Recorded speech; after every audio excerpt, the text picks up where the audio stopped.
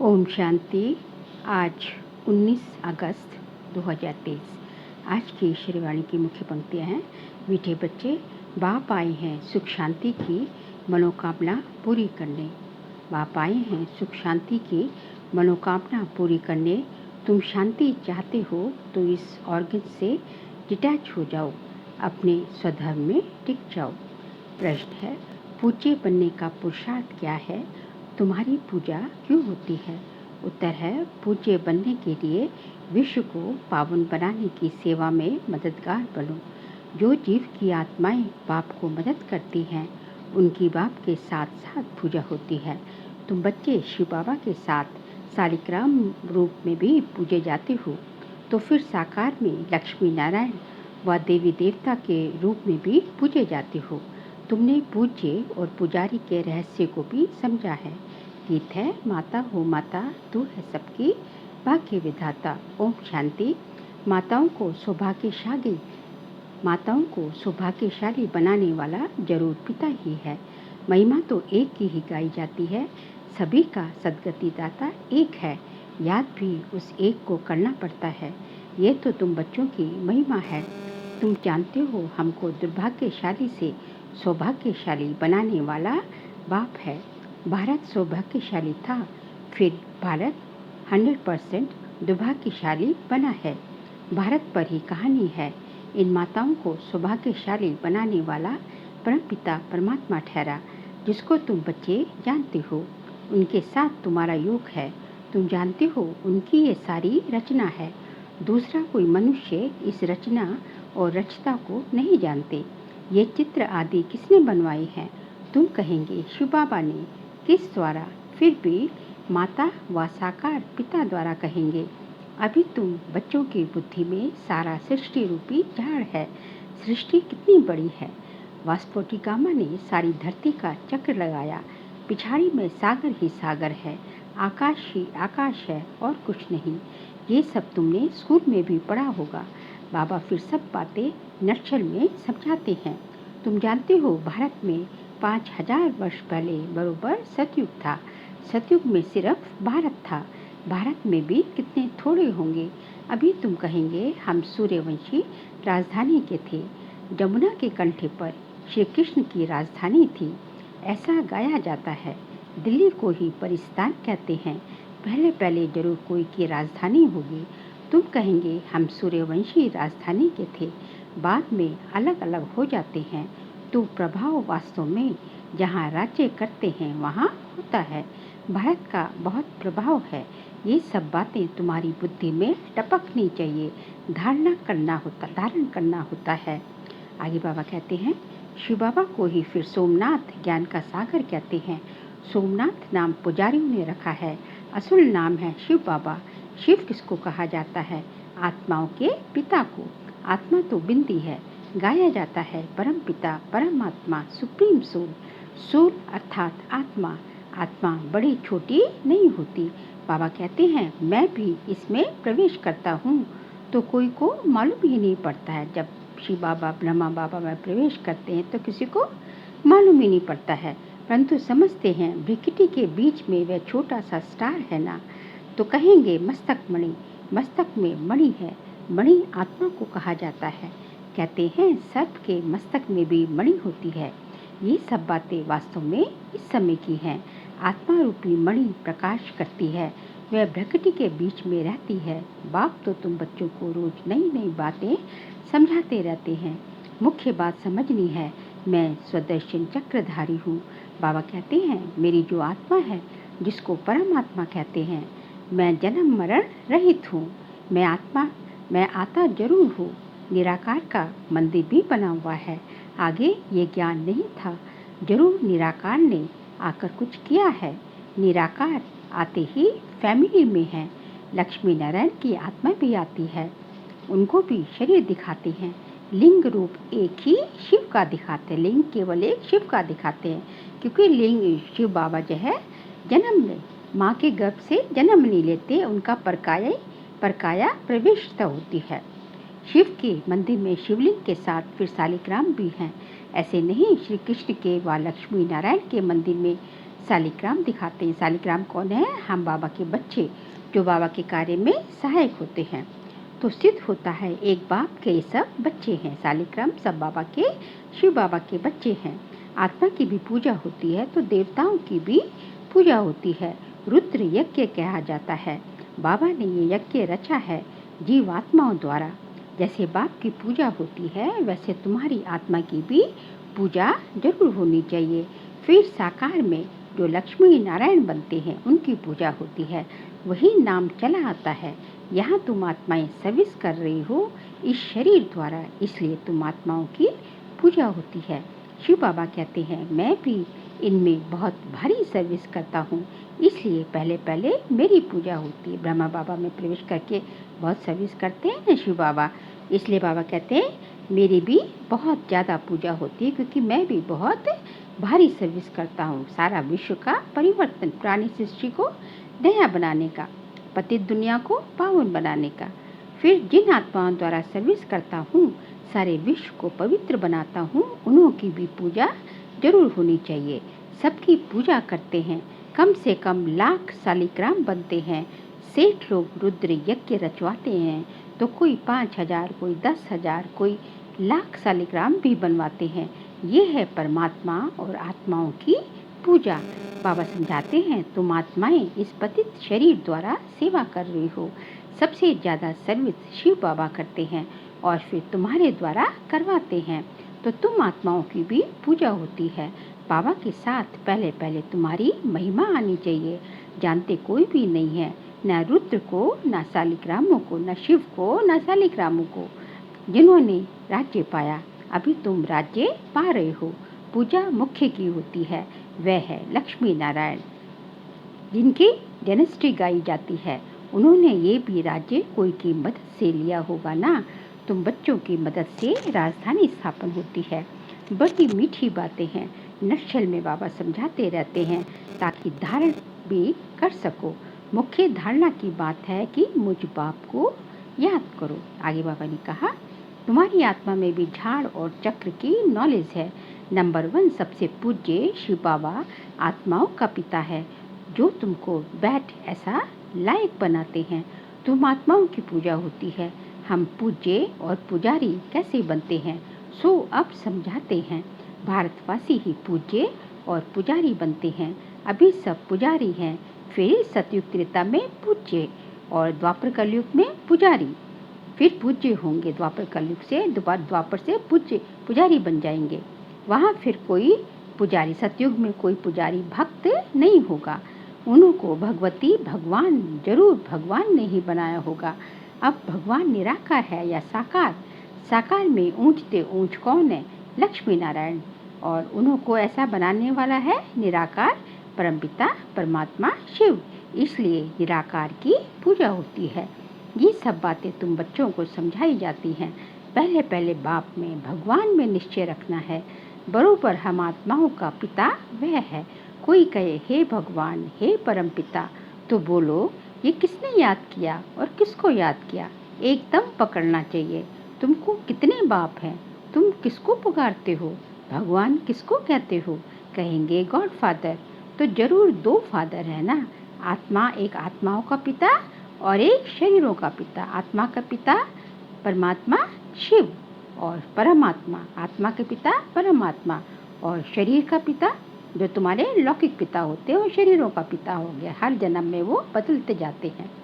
तुम्हारी आत्मा भी है और शरीर भी है। शरीर का तो लौकिक बाप है, आत्मा का बाप कौन है? किसको कहते हैं? परमपिता परमात्मा। ये किसने और किसको पुकारा? उस बेहद के बाप का परिचय देना है। उनसे ही वर्षा मिलता है। ये भी उनको याद करते हैं। ये कौन? ब्रह्मा बाबा भी शिव बाबा को याद करते हैं।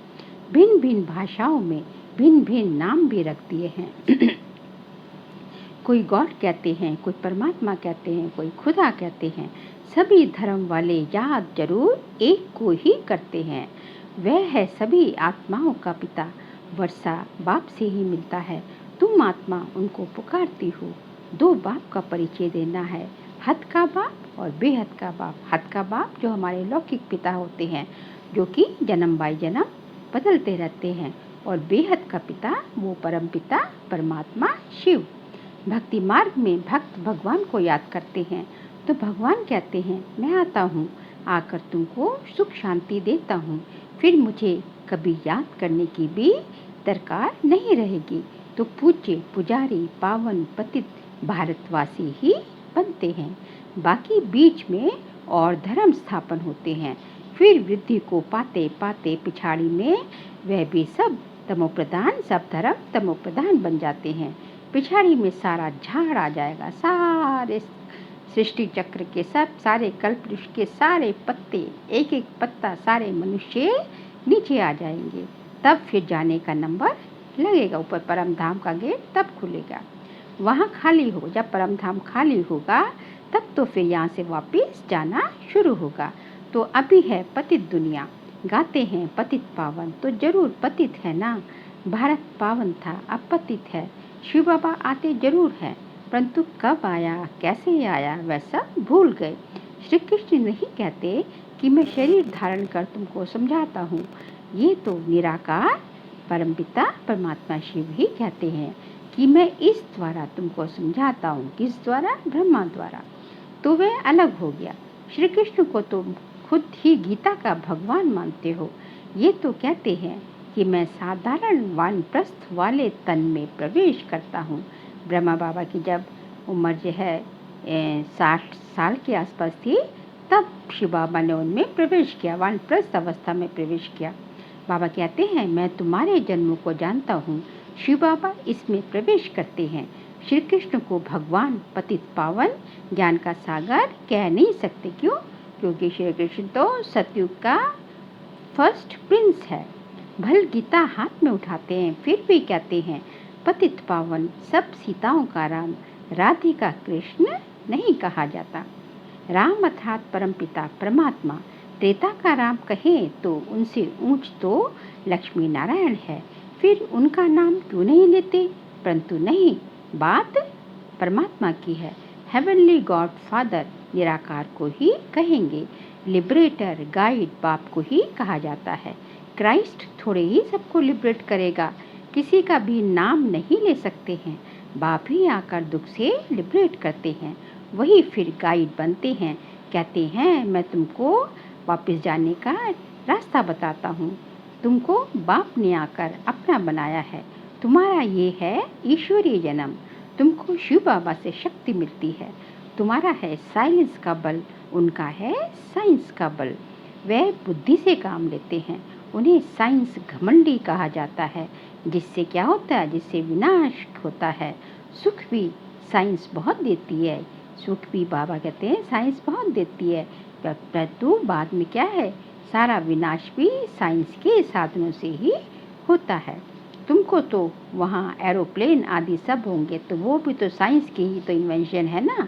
जो सतयुग में सब जो है पुष्पक विमान सब जो है ये खोजे जो है सब साइंस की ही देन है। आगे बाबा कहते हैं कि हुनर तो रहता है ना, ये सब चीज़ें फिर तुमको काम में आएंगी। विलायत में बत्तियाँ ऐसी हैं जो बत्ती दिखाई नहीं पड़ेगी, सिर्फ रोशनी दिखाई देगी। सतयुग में भी ऐसे रोशनी रहती है। वैभव जो अभी यहाँ है वह तुमको वहाँ भी रहते हैं। तुमने साक्षात्कार किया हुआ है, वहाँ तो एक्सीडेंट आदि की बात ही नहीं रहती, क्योंकि वहाँ तो सब जैसे संकल्प शक्ति चलती है। इसलिए संकल्प किया और चला, संकल्प किया तो रुका, इसलिए एक्सीडेंट आदि की कोई बात नहीं, दुख की बात नहीं होती। बाप आकर तुम्हारी सुख और शांति की मनोकामना पूरी करते हैं। आगे बाबा कहते हैं मनुष्य शांति के लिए भटकते हैं, उनसे पूछना है तुमको अशांत किसने किया है? ये तुम जानते हो। अशांत कौन करता है? अशांत ये 5 विकार करते हैं, परंतु ये समझते नहीं, ये भूल गए हैं। आत्मा शांत स्वरूप है। आत्मा का बेसिक जो नेचर क्या है? शांत स्वरूप। हे आत्मा, तुम आई हो शांति देश से, फिर ये ऑर्गन्स लिए हैं, अभी तुम उनसे अलग हो जाओ। जैसे ही हम अब जो है अपने ऑर्गन से डिटैच हो जाएंगे तो जो है अपने शांत स्वरूप में आत्मिक स्थिति में टिक जाते हैं, तो जो है अपूर्व शांति का अनुभव कर सकते हो। अभी तुम ऑर्गन से डिटैच हो जाओ, इसमें और कुछ प्राणायाम आदि करने की भी बात नहीं। कहाँ तक गुफा में बैठेंगे? सन्यासी लोग क्या करते हैं? गुफा में जाकर बैठते हैं। लेकिन बाबा कहते हैं गुफा में जाकर कहाँ तक बैठोगे? शांति तो तुम्हें यहाँ घर गृहस्थ में सारे धंधा धोरी करते, सब कुछ काम करते तब शांति चाहिए। गुफा में तो वैसे ही शांति मिल जाएगी। इसलिए शांति हमें जो है सब कुछ कार्य व्यवहार में आते हुए तब हमें शांति का अनुभव होना चाहिए। आत्मा कहती है मैं इन ऑर्गन से डिटैच हो जाती हूँ क्योंकि मैं थक गई हूँ, अभी इस शरीर को भूल जाती हूँ। अभी बाप कहते हैं तुम अपने स्वधर्म और स्वदेश को याद करो। स्वधर्म क्या है? माना शांत स्वरूप, शांत। और स्वदेश क्या है? शांति धाम। तुम असल वहाँ के रहने वाले हो। अपने घर को याद करो। कर्म तो करना ही है, कर्म बिना रह नहीं सकते। वह समझते हैं हम भोजन अपने हाथ से नहीं पकाते हैं, इसलिए कर्म सन्यासी नाम है। सन्यासी लोग सोचते हैं कि जो है हम जो है भोजन नहीं बनाते तो हम कोई कर्म नहीं करें। लेकिन बाबा कहते हैं जब तक जीना है तब तक कर्म करना है, क्योंकि सांस लेना भी तो कर्म है ना। अब है जो शरीर के अंदर की ऑर्गन्स, हार्ट जो चलता है, हार्ट की जो पंपिंग होती है, ये भी तो कर्म है ना। कर्म तो जब तक सांस है, जब तक शरीर में श्वास चलेगा तब तक कर्म से वंचित नहीं रह सकते। इसलिए कर्म तो संन्यास तो हो ही नहीं सकता, परंतु कर्म का संन्यास तो हो ही नहीं सकता। उनका तो धर्म ही ऐसा है। गृहस्थियों के पास उनको खाना पड़ता है, किनको? सन्यासियों को। इसलिए फिर गृहस्थियों के पास जन्म ले निवृत्ति मार्ग में जाना है, क्योंकि भारत को पवित्र बनाना है।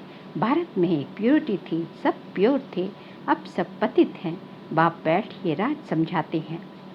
फिर कहते हैं बच्चे और कुछ ना करो, सिर्फ बाप को याद करते रहो तो तुम्हारे विकर्म विनाश हो जाएंगे और तुम मेरे पास चले आएंगे। ड्रामा पूरा होना है। सतो रजो तमो से पास होकर अब सभी को वापस अपने घर जाना है। अच्छा, मीठे मीठे सिखिलते बच्चों प्रति माता पिता बाप दादा का याद प्यार और गुड मॉर्निंग। रूहानी बाप की रूहानी बच्चों को नमस्ते। हम सब रूहानी बच्चों की रूहानी बाप दादा को नमस्ते नमस्ते नमस्ते। सार के लिए पॉइंट्स हैं। स्वयं को इस शरीर में भ्रिकुटी के बीच चमकती हुई मणि समझना है।